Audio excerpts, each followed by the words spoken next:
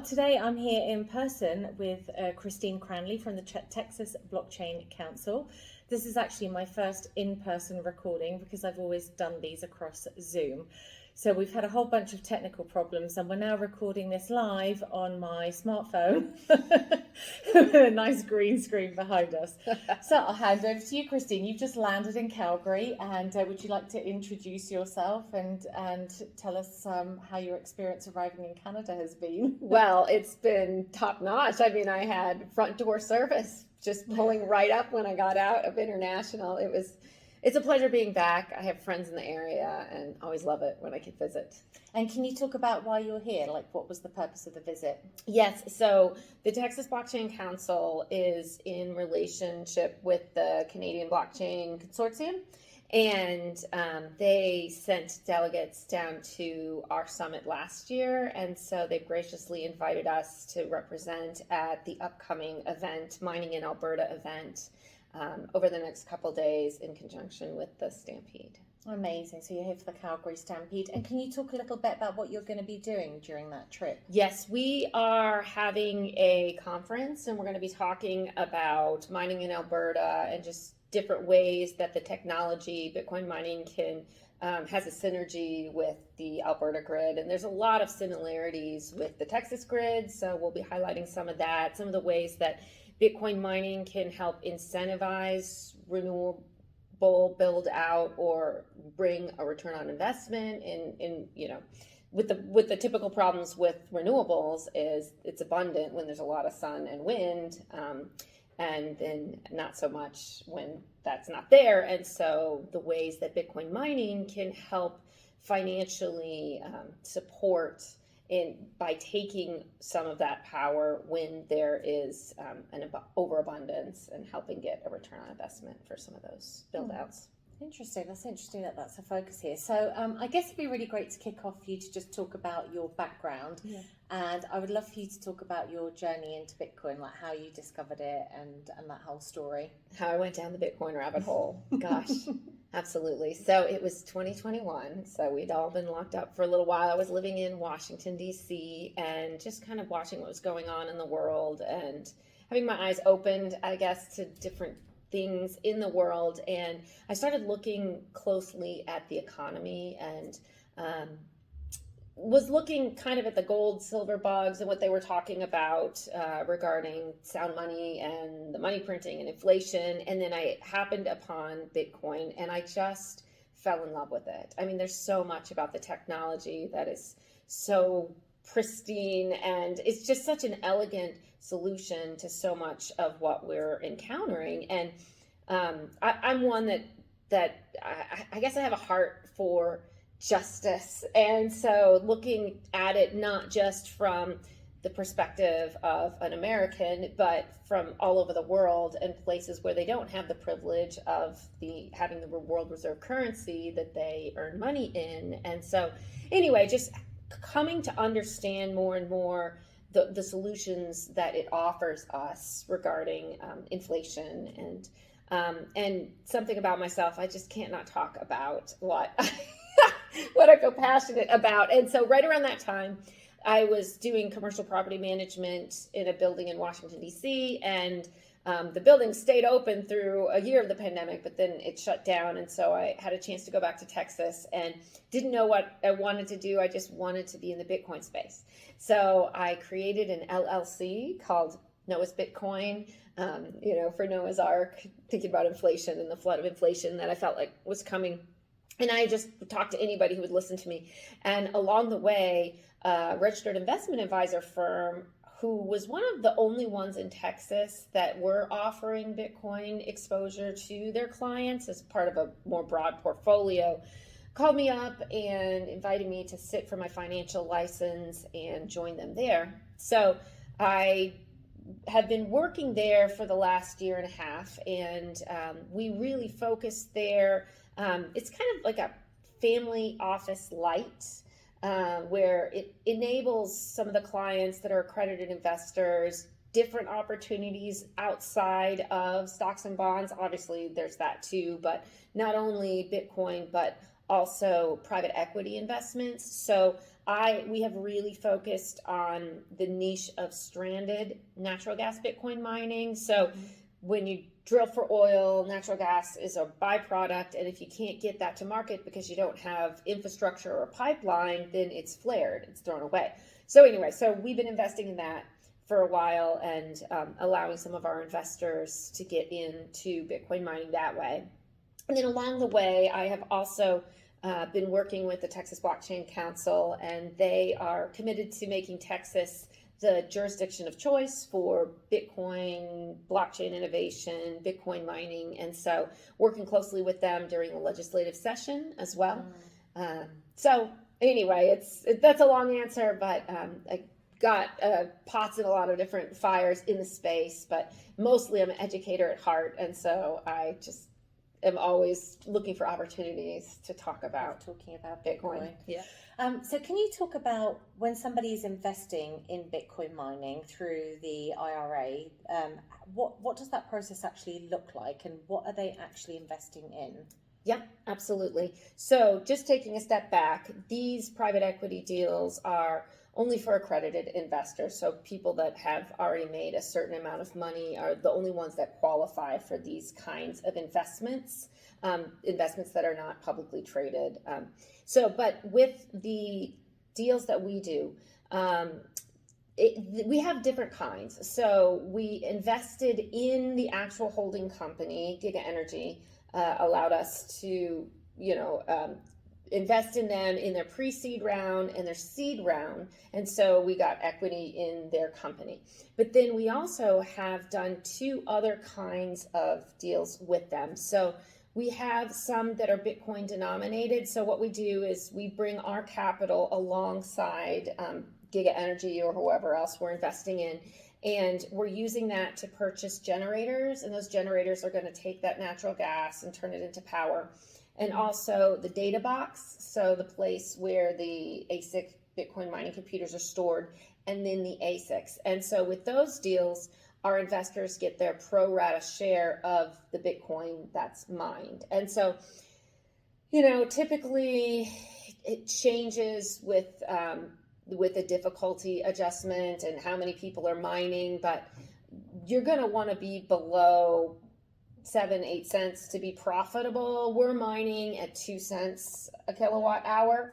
So it gives an advantage where if you're investing in the infrastructure at the right time, then over time it acts like a dollar cost averaging. You're just mining every day, and that gets sent to the investors' wallets. Now, we have now added another kind of investment, which is more for dollar income and not so much for Bitcoin. So it's basically an energy arbitrage where we are able to get a very cheap rate for the natural gas. And then we build out a hosting site where theoretically we could mine at 2 cents a kilowatt hour, 2 or 3 cents a kilowatt hour, but then we're going to sell that to the miners and provide a hosting site. So they bring their computers, and then we're just providing the infrastructure, the natural gas generator and the box to hold the ASICs. And so then our investors are getting dollar payouts on the spread between what we have built it out at and would be mining at and what we're being paid at. And so a lot of our investors like that just as a cash flowing option. It doesn't pay out in Bitcoin, but it is a bit of a hedge against the volatility of Bitcoin because it's going to pay out regardless, because we've negotiated a certain price that we're getting the gas for. And as long as that's fixed and our costs are the same, then the only thing that may or may not change would be what we're getting the hosting rate at. And so we usually lock that in for, let's say, 2 years. And that can adjust up too. So those are the different kinds of investments that we invest in. Is that unusual to do that? Like, is your firm quite unusual in the US for doing that, or is that starting to proliferate? Well, it's a good question. So amongst the Bitcoin community, we're more and more known. Now, the CEO of the firm where I work, he used to be in oil and gas, so he understands the industry very well. He's also been in Bitcoin since 2014. And so he is extremely discriminating about the kinds of deals that he will say yes to. And he passed up on dozens and dozens. And he finally found the first company that we invested in, and he worked on them for a long time, asking them if they would take our money. And they didn't want our money because they were bootstrapping everything. They were very frugal about how they had built everything out. And so we felt very privileged to have the opportunity to invest in them. And then, now there's another company, similar specs, that we're looking at starting to invest in. But again, it needs to be someone that knows oil and gas, and someone that and able to negotiate a low price and the power, and because everything is going to ride on that cost of power. So to answer your question, I don't know if we feel like we found the diamond in the rough. And so I don't know who they would be investing in. Now, there's people that you can invest in publicly traded companies like Marathon and Riot, but this is private equity, so they're not a publicly traded company. So we kind of feel like we're giving people a privilege to get into this space where I don't personally know of other ways to get in it other than with a publicly traded company. And how do you find the sites? Because I think you posted some videos where I think you were on horseback, like going through some wilderness, if I remember. That was when I was visiting Saudi Arabia, actually. I did get Was that in Saudi? The horseback pictures was in Saudi. Oh, yeah. Really? Yeah. Oh, okay. I think so. I mean, I do, yeah.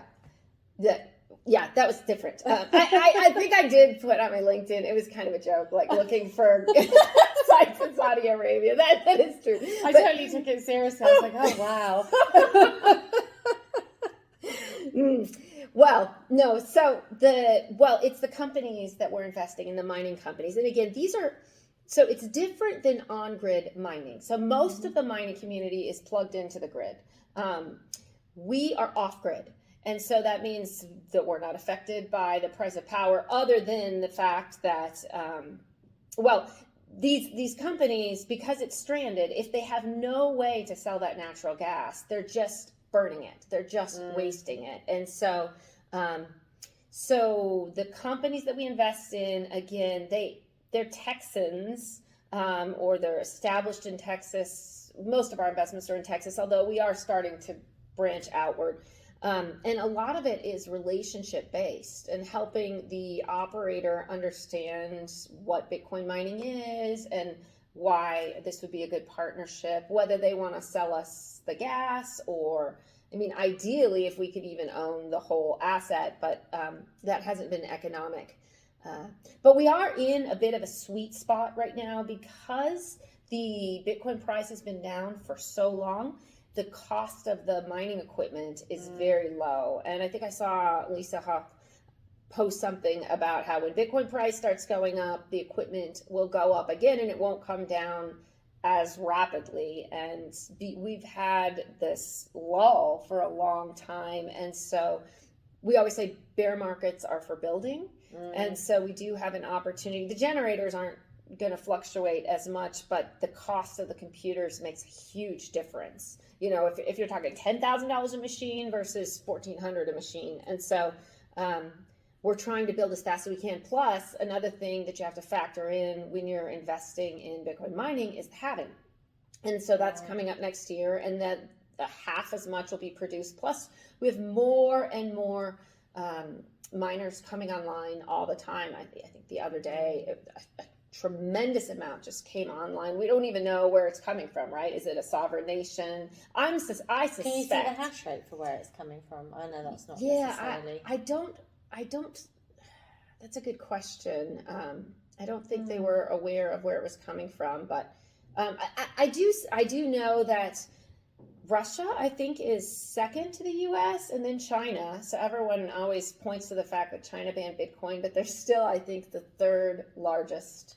People say that, but I'm just like, to me, it just seems so intuitive that it's the Chinese government mining, and people are like, oh, they banned it. This shows that Bitcoin mining is resilient even in that kind of regime. And I'm like, is that not likely that that's the Chinese government? I would like kicking out retail so that then they have, their sovereign Yeah. fund is probably chocker full of Bitcoin. So I don't Yeah. know. I mean, I'm always a bit, I don't know that that's necessarily something to celebrate on the basis of decentralization. I mean, Right. maybe somebody's bothered to go and look at this, but No, I would agree with you there. And I think we've also seen the same with oil companies, because we talk to different companies about, have you thought about Bitcoin mining? They're all thinking about it.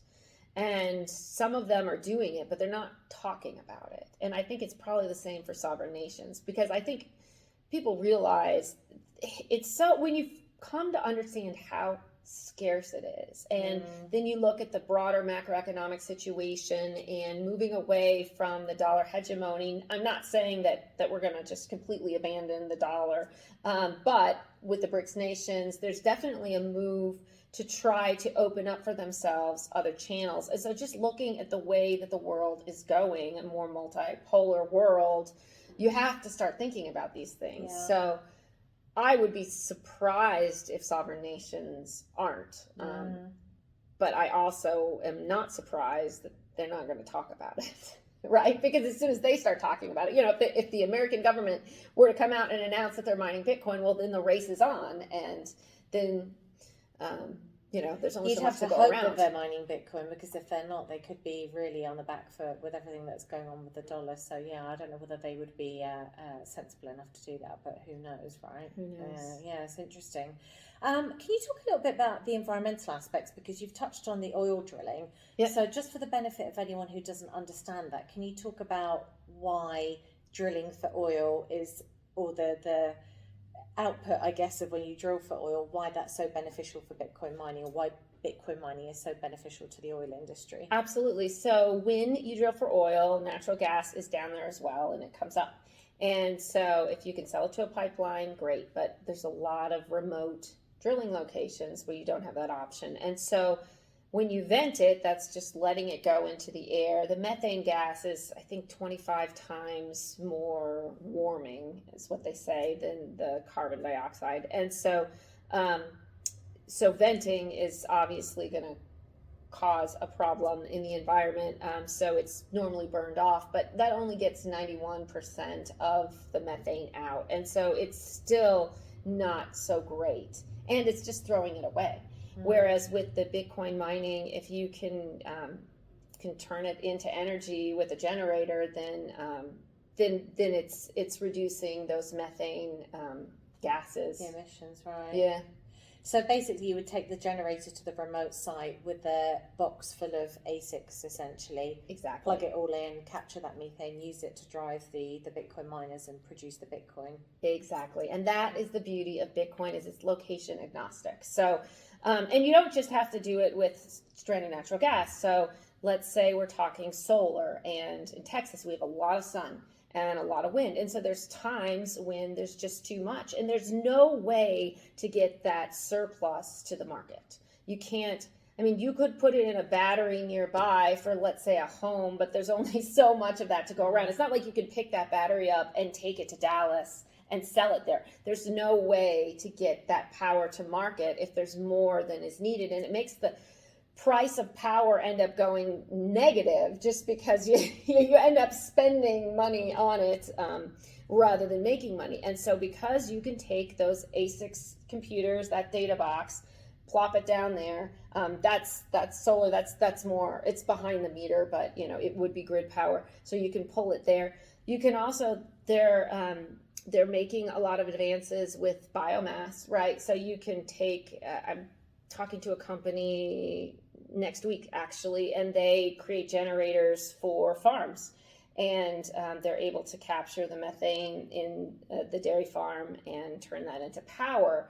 And so there's so many different ways where Bitcoin can go to the power source. Let's say you've got a waterfall, right? Or stranded hydro. In El Salvador, they're using their their volcanoes to mine Bitcoin. So that is the beauty. It's so easy to just get those Bitcoin mining computers where they need to go. And because it doesn't damage the machines to turn them off. And so if there's a power emergency where let's say we're talking solar again, and now you need that extra solar, or in Texas, all the mining computers that are hooked up to the grid. Well, when we have a time of excessive heat or cool, and we need more power, we can turn those computers off and supply more energy back to the grid. So that's the beauty of being location agnostic. I've actually heard that it's something like 16 seconds. The mining companies can switch off in 16 seconds. It was something insane like that, like this really small number. Can you talk about Texas specifically then? Because you mentioned about the solar there and the wind. I don't know if you know, but do you know what the energy mix is in Texas and like what the situation is there, I guess, in terms of bringing Bitcoin mining in? We are, interestingly enough, we're a lot of gas, but we are one of the largest for wind and solar as well. We've been really building out the wind and solar. So Texas is unique because, like Alberta, actually, it's deregulated, and so you can bid for the pricing, and so the pricing is going to be for power, for electricity. Yeah. So Texans, so Alberta's grid, as I understand it, you can bring in power from elsewhere and you can sell power out, but Texas is more isolated. So we're our own grid. And so, do you know, is Texas the only state that has its own grid? We're not the only state that's deregulated, but I should know this. As a proud Texan, oh my gosh, I think we are. I mean, because everyone's always, throwing shade at the Texas grid because right. So I remember when there were those big storms and Texas, like it was so unusual, and everyone was like, "Oh, see, this is the problem with having an independent grid." And obviously, ironically, now that's ended up being a benefit with the Bitcoin mining coming in, where it's completely flipped the whole thing on its head. But and Bitcoin mining, interestingly, we are not a huge percentage of the energy use in Texas. So last year, I think we were 2.5 to 3. I think we're up now 3.5%. But that's not a huge portion of the grid. But the beautiful thing about the Bitcoin mining coming in is it incentivizes infrastructure build out, because first of all, with the renewables, they really are kept alive by a lot of the government subsidies, because unless we're talking about nuclear, which nobody ever wants to talk about nuclear, but nuclear would be the way to have we call it a dispatchable load, right? So a load that's there, the use of power. It's dispatchable power in the sense that you have it when you need it, right? You don't have the sun and the wind sometimes, like in a storm when you need it. And so that's what Alex Epstein calls it, the unreliables. Right, the unreliables. Exactly. So, but it's great that we can harness the power of the sun and the wind. But the problem is that you're only on so much of the time. And so you've got to get that energy to market, and so you've got to be able to make a return on investment, and a lot of it is padded by the incentivization that comes from the subsidies. So Bitcoin mining does help with that, because when you, as we said, we call it the duck curve, right? So sometimes there's too much and sometimes there's not enough, and so Bitcoin mining is able to soak up, become the buyers of last resort, and bring income that way, when there's too much, and then when there's not enough, it can be sold to the people. So that's one aspect of it. Do you think that will bring renewables to a situation where, I don't know if you know this, but is that subsidized in Texas at a federal level or a state level? I think both. Okay, but do you think that could potentially bring it to a situation where the subsidies are no longer required at all, or will there always be a mix of that, do you think? It's a good question. There's other ways to subsidize as well, right? With the, I'm thinking more with the Bitcoin mining, the renewable energy credits, right? So to incentivize power that has been produced that way. I know that some of the Bitcoin mining community is looking into taking advantage of some of the IRA Act that was passed recently. But Yeah, it's a good question. It's hard to tell because the renewables haven't been, it's like they haven't moved out of the home yet. And so, I mean, I think there's probably always going to be a place for them, but unless we have a dispatchable load that Yeah, I is guess available, like nuclear or. yeah, I'm more thinking what I meant, sorry, was more that, could the renewables come off of like taxation derived life support, I guess, Because and you've got the be, Bitcoin mining subsidizing. yeah, whether it's so successful at supporting them that you could then say, okay, at this point they're no longer completely unprofitable, we can remove all subsidies and you can actually have renewables function as a source of energy because you can make them profitable with the Bitcoin mining. I don't mean shift your entire energy mix Right. to renewables only, but be able to make it economically viable that you don't need to subsidize. It remains to be seen because the problem is it's still, and this isn't really a problem, but it's still a competitive market, right? And so they're still going to be competing with nuclear. Which is better, right? Right. And so I don't know. Interesting. Yeah, that's interesting because it's just an interesting idea to think whether that's ever going to be an industry that's feasible without needing support, but I guess TBD. Okay, so we've covered the debate. I'm just looking at my questions here, the Bitcoin mining in Texas. One thing I wanted to ask you about in the Bitcoin mining in Texas was the regulatory thing, because you've been deep involved in that through the Texas Blockchain Council. And you guys have done some incredible work. And I actually interviewed Monica Gaudioso the other day as well. So she was isn't she great? She's great. So she was giving me the whole kind of thing about some of the legal aspects, which were really interesting.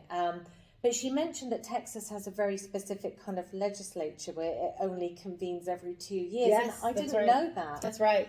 So what does that mean for actually getting legislation through and the process? Like, how do things get, I guess, proposed and agreed and accepted or rejected? Like, what does that cycle look like? Yeah, so it's a lot of preparatory work in the in-between. And so at the Texas Blockchain Council, we have working groups and we're thinking together with our members of what are some of the laws and the bills that we'd like passed. And we had worked very hard. We had 10 that we were behind or helping to put forward.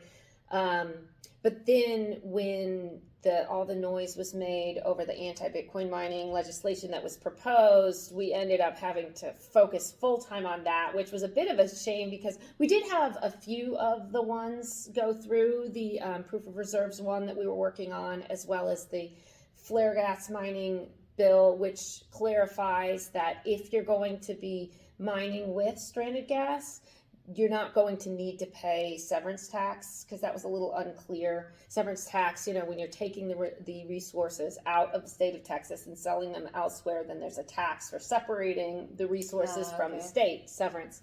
And so anyway, but a lot of the other stuff just got put on the back burner because we were focusing on the anti-Bitcoin mining bill. But to go back to your question, we knew ahead of time that most of these bills never see the light of day. It's extremely difficult to push it through because there's thousands of bills that are being proposed, but it's a very short window. So they have to make it out of committee in the House or the Senate and then pass on the floor and then move to the other House or Senate committee, floor, pass, and then signed by the governor. And so originally, when the anti-Bitcoin mining legislation came out, we were war rooming about it. We knew about it right away, and we were asking the miners themselves, do you want us to just sit on it quietly? Because there's ways to slow those things down to just run out the clock. That's the easiest way to kill something in Texas. And what's the time frame from when something comes out of committee to when it would get signed by the governor? Well, it depends. So the session itself is January to the end of May, but each of those steps requires moving forward, right? So it gets out of committee, but then it has to be put on the calendar for the vote, and then it has to get assigned to a new committee. And so every week we're checking with our people, like, okay, so the bills we're watching, have they been assigned to committee? So it all depends on if they're expediting it or if they're slow walking it. And the House is also different than the Senate, because the Senate, it's a smaller group. They're there for longer. They have loyalties to each other. And so if a very powerful senator wants something, which was what we experienced with the anti-Bitcoin mining bill, even our closest allies didn't want to spend the political capital to oppose her. But they knew that once it got to the House, it's a totally different story, because, it's just different over there. There's a lot more of them. They don't have the same loyalties. And so sometimes it's easier to slow it down in the House. And if you slow it down, does that mean you just run out the clock? And can that bill then be introduced again in 2 years' time? Like, could it go through the Sure, same it cycle? could be introduced again in 2 years' time. But that's a long way away. And how much political kind of power do the mining companies have now? Because it's not just the Bitcoin miners, it's also the oil industry, I guess, in Texas has a vested interest to see this flourish. Does that bring a strong enough coalition of industry together? Well, I wouldn't back? say that we've got the oil industry on our side just yet. I mean, they're kind of indifferent because they don't have to sell the gas. I mean, compared to what they're making on the oil, it's not really much of, it's nothing compared to the kind of profit that you can make in the oil. There's also, there is very wealthy elements that are much stronger coalition than the Bitcoin mining community. For instance, the peaker plants are power sources that are just available for times of emergency. And I think that there is elements that would like to build out their own alternate grid, and so not even deal with the Bitcoin miners, right? So you develop these peaker plants so that they're there for the times of emergency, but they're not really useful for anything else. So the Bitcoin mining community, we're a lot smaller, and we don't have nearly the kind of capital that like some of those bigger elements have. And so it's been such an honor to work with Lee Bratcher, because he's been working on this. He's got relationships in the House and the Senate, and he's been working in coalition with ERCOT, our grid. ERCOT will call up the Texas Blockchain Council and say, we see there's a miner still on. Can you get them to turn off? And they don't tell us who it is, but so we've been trying to work with the miners to get them to work closely with ERCOT so that there's a good relationship there, because some of the people on ERCOT, particularly Brad Jones, who was brought in as the interim president after the winter storm Uri, where they had so many problems, he's very supportive of our industry, but there's other people that they don't know how they feel. And so it's a mixed bag, and we don't have nearly the political clout that some of these, like, let's say steel or, some of the other industries that particularly with, so one of the things that there's been pushback with in Texas is there's different ways that miners get incentivized to shut down in times of emergency, because you're shutting down your business, and that's not nothing. And so sometimes we just do it because we want to be good grid citizens, and there's a need, and so we'll shut it down. But there's also an economic incentive, so you can fix your power price. So you get that fixed, and so you're getting it at a certain level pretty cheap. Well, when there's a time of emergency, the price is going to go up. And so then you can shut off and sell that power back to the grid. Now, that's not a majority of the miners, but the ones that have the fixed power costs, then they can do it that way. But there's also what ERCOT calls the part of their ancillary services. And that's when ERCOT will pay a company to be on call to do whatever they tell them. And so if they want them on, they need to stay on. If they want them off, they need to shut off. And so ERCOT is paying them to do demand response. So we're paying you to do whatever we tell you in times of need. Was this the one that there was some controversy because they were saying that they're just paying, it's more profitable for Bitcoin miners? Yes. So this is where the misunderstanding is. So they're thinking about the ones that are just economically incentivized. So they've got a fixed power price, or it could be that they don't have hedged power, they don't have a fixed power price, but suddenly the price has shot up, hundreds and hundreds of dollars, or, $1,000. Well, it's not worth it to them to keep mining. So they just shut off because they're losing money, theoretically. But the thing is, sometimes that volatility is short-lived, and so sometimes they will stay on just because it's like, well, I don't know how long this is going to last, and it washes out, it evens out. And so some of them turn off because it's too expensive in times of emergency. Some of them shut off because they can sell that power back to the grid because they negotiated the price. But then there's the ERCOT ones that are ancillary services. They're being paid to do whatever ERCOT tells them. Okay, so that is where some of the more legacy industries that can't shut off as quickly. I mean, the Bitcoin mining community, the beauty of it is the alacrity with which they can just shut off in an instant, right? And it doesn't really damage their product, and then they can turn on. I mean, it takes probably a half hour to get up and running again. But then you've got, let's say Big Steel, or, those other industries used to be making a lot of money by being part of the ancillary services with ERCOT, and now they're being outbid because the Bitcoin miners can offer, okay, we'll do that for you for less of the price. And so the anti-Bitcoin mining bill that was proposed, which never made it to, it never made it past the finish line because we slow walked it. They were saying, well, we only want Bitcoin miners to be 10% of the ancillary services. But Bitcoin miners already are 10%. And so basically, a lot of that legislation was trying to protect the more legacy industries because the Bitcoin miners are kind of grabbing it up because they're better at it, they're quicker at it. Yeah, it's ironic actually that those things had that kind of an impact.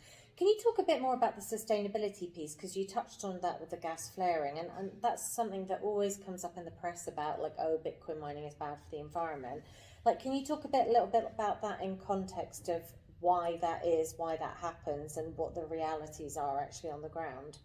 So the funny thing about this push against Bitcoin mining, it's very unique in that it's discriminating against the use of energy, right? Because when you're plugged into the grid, there's no way, unless you're behind the meter, so unless you're actually at the solar farm and it's before the power goes into the grid, so to speak, well, then you're getting solar energy or wind energy. But otherwise, if you just plug into the grid, let's say you've got an electric vehicle, you don't know what percentage of that came from natural gas or what percentage of that came from solar. And so it's kind of a new thing, a new way of discriminating to say, well, just because you're mining Bitcoin, that's bad, you're using power. Well, everything uses power, like, Christmas lights or the bank or, like whatever, this room, it all uses power. And that power is coming from a number of different sources. I read a source, and I want to say it was from NIDIG. I could be wrong, NIDIG or Galaxy, but it was a stat that said that the banking industry uses 56 times more energy than Bitcoin mining. Interesting. Every year. Yeah, which is nuts when you think about it. Yeah. I mean, that's like a huge number. Yeah. Yeah, and all of that is on grid, right? And so Bitcoin mining is so unique because it also has all the off-grid options that we spoke about earlier. Do you know what the percentage is that's off-grid? It's not a large percentage. It's a very small percentage that's off-grid. I think Lee was telling me the numbers, but it's only a few percentages that's off-grid. But then again, I mean, it could be growing. I'll have to do some research about, some of that stuff that's coming online, from these mysterious sources. I'd be curious what the power usage they're using. Yeah, it's interesting. And so what's the reality on the ground then, really, with Bitcoin mining? Because we know that it captures methane, and we know that there is like some usage of renewable energy for actually doing the Bitcoin mining anyway. Like what's the kind of realities you see it from your experience? Reality meaning percentages? Yeah, like reality is in like the environmental aspect and like the benefits, the pros and the cons, I guess. Well, I think it's hard to talk about the cons in the sense of like, what are we talking about exactly? You're talking about the fact that it uses energy, and people push back against Bitcoin mining because they think it's a waste of energy, right? It's all these computers doing these, in their mind, meaningless. But if you're talking about, no, this is a sound money system that allows the unbanked all over the world to be banked. It allows for peer-to-peer transactions. It's censorship censorship resistant. It's trustless. Like all the values that we value in Bitcoin, we think, well, that's a good use of energy, right? Like, especially when we take ourselves outside of the American or, the Western perspective, and you look at other places in the world where they don't have access to the world reserve currency. Their currency may be deflating very rapidly. I mean, I think about, was it Lebanon, that their currency devalued by 90% on February 1st. And so just those of us who love Bitcoin and think about Bitcoin and talk about Bitcoin, we're like, this is such a good use of energy, right?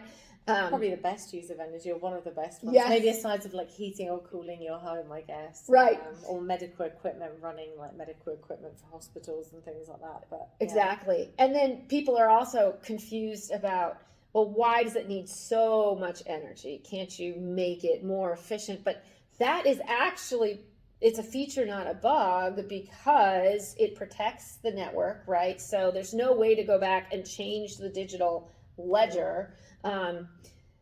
Because it takes so much power to successfully find the winning hash that allows that block to fit right in the chain, and you've been competing against all the other computers in the world, such that you can't go back and change the digital ledger, because then when you hash that output, it's not going to fit right. And so it prevents this 51% attack, right, where you take over the network and you change the ledger. So there's no getting around that it's going to take energy, but all things of value take energy. So when they talk about harming the environment, it's a bit unfair. But, yes, it uses energy. There's no getting around that. But so does everything else in the world.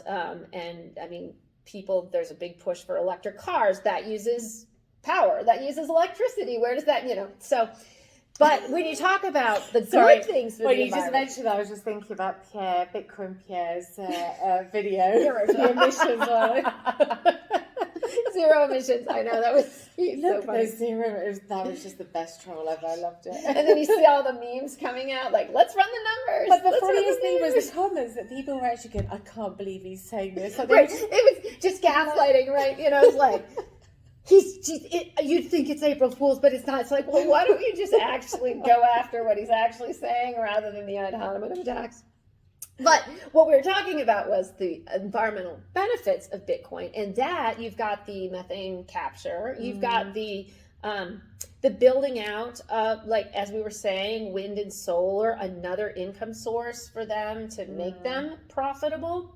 You've also got, in Texas, the more power, the better when you're in times of emergency, right? So if you're going to be building out infrastructure, that costs money. So whether that be renewables or not, it costs money to build out infrastructure, and the signal to build out more infrastructure is more demand. And so when you have Bitcoin miners coming to Texas and wanting to use power, that's actually a good thing. People worry that it's going to send the price of power sky high, but not necessarily, because you're going to be building out more and more infrastructure. Exactly. And you've got more and more customers that are a flexible load. So a power user that is able to shut off. So now you've got a bigger and bigger and bigger grid that is able to shut off in an instant, so that you've got all that much more power available in time of emergency than you would have before. Right. That makes sense, because I guess my understanding is that's a similar thing with gridless in Africa, right? Where they're making it economically viable to build out a grid in remote locations. Yep. And then the mining is no longer profitable because there's so many people living in the community that can afford electricity now and need it.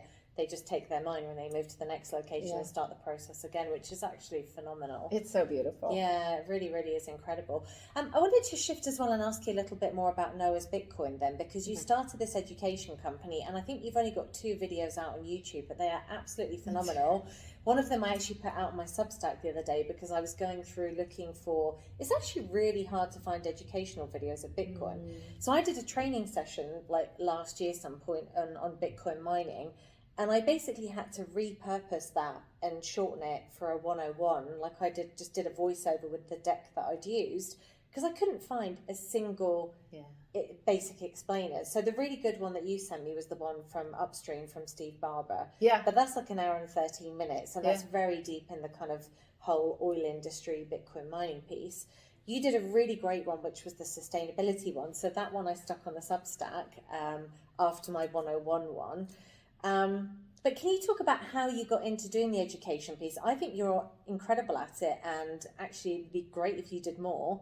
But how did you learn how to do that and put that together? And like, you know, where do you think you will take that, if anywhere? Is that going to carry on? That's a good question. So I started there because, as I said earlier, I cannot talk about what I'm passionate about. And so when my job had ended and I had some severance pay, I had a summer, and I sat down, and the original video that I made, the What is Bitcoin one, it took about a month because I did every part of it, and I've been learning the Adobe software. So I remember that time period where I just had to sit down and create a basic talk. And, you know, there's the short video that I made, but also just the 30, 45-minute presentation that I would do. And you know, it took time to just sit down and think about it. How do I explain the case for Bitcoin? But then I guess I got distracted because then I got my financial license and working at the RIA. I made the stranded gas one recently because of the private equity work I was doing at the RIA. I was just so taken by this stranded natural gas, and I'm like, oh, it's a waste product when you drill. And so I don't think I'm very smart myself. And so I'm always just like, well, let's make it so that I can understand it. And then, you know, make it simple for everyone. So I'm like, okay, what's the beginners? How do I explain this whole new world of stranded gas Bitcoin mining? So that's how I made the second one. I have been, you know, busy with the raises for the private equity stuff and the RIA stuff. And then with the Texas Blockchain Council. And so now I've kind of stepped back a little from the Texas Blockchain Council work and more into the stranded natural gas raises, the private equity stuff. I've thought again about working on some more videos, but I do find myself just kind of always going back to the basics. Yeah. Well, I think just something that had the basics about mining would be really helpful. And I think also the basics about the economic incentives, because I've found my conversations with you about the investment thesis around Bitcoin mining were just really interesting. And I think people don't understand those in really in a lot of the Bitcoin community, but in general in the world. You know, about like the capturing the methane, the free/very cheap energy, the you know, the investment in like how do you actually invest in this industry beyond just buying Bitcoin. Yeah, like all of those things are really fascinating, and it's such a Bitcoin mining is such a strange industry in some ways, because you kind of wonder, like, was there a foresight that this would go this way when the white paper was written?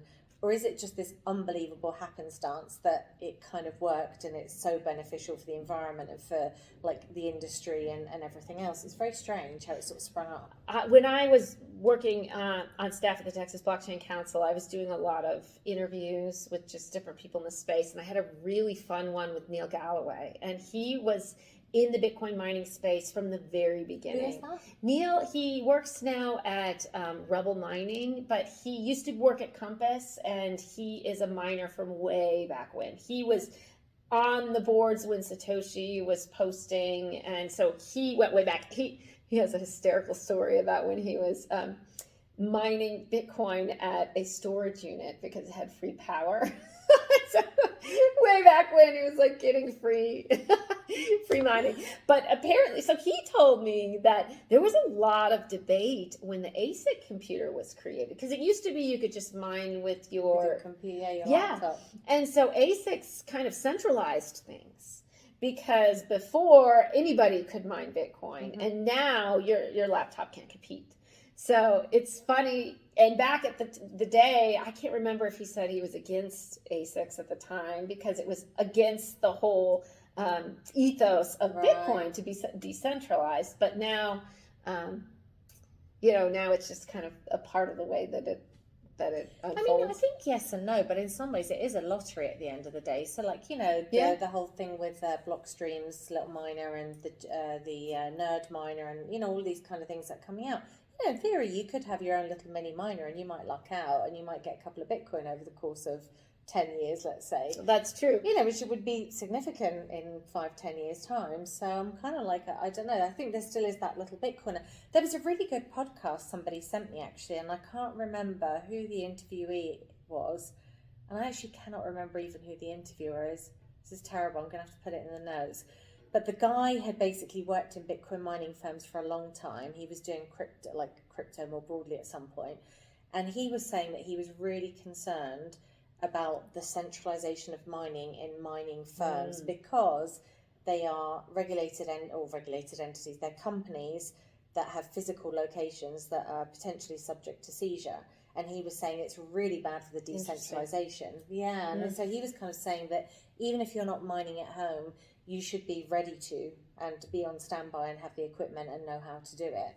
I don't know if you have any thoughts on that. I'm just throwing that out. I'm just thinking off the top of my head, but I went to a very interesting debate about are fossil fuels the future of mining? And it was Steve Barber and, gosh, I can't remember the guy he was debating, but Steve had a hard job because it was like versus everything else you could ever think of. He had to defend fossil fuels versus everything else you could ever think of, including nuclear. Right. And I came into the debate thinking, well, nuclear is the answer, and so no. And he thinks no. Well, a point that he made, which I thought was really interesting, is nuclear does take a lot of money to build out. And so there's something centralizing about nuclear, right? Because oil and gas, stranded gas, biomass, whatever, like that is more decentralized. And but if you're going to talk about nuclear mining, which I think is cool, I think this, I'm all into mining no matter how it comes about. But it was a very interesting point that it is only for like the home miner is never going to be nuclear mining, because the amount of money that goes into building. You say that, but what was the company called? There's a company that's building out these mini nuclear kind of generators. I don't know how legal it would be for one to do it oneself, but they were, oh my god, what was it called? But they were like small containers that were just more transportable. So you say that, but it might be that if that really proliferates and it becomes this technology is so good that it's so safe that you could just plonk one outside your home and that's your under the ground. I think a lot of the expense in nuclear is actually the security for it. So it's interesting. Interesting. Okay, well, I think we've pretty much covered everything I had on my list. I don't know if you've got any final, glancing down at, have I talked about everything? Yeah, I don't know if you've got any final thoughts about this, about like where you think the Bitcoin space is going to go, what you want to focus on in the next few years.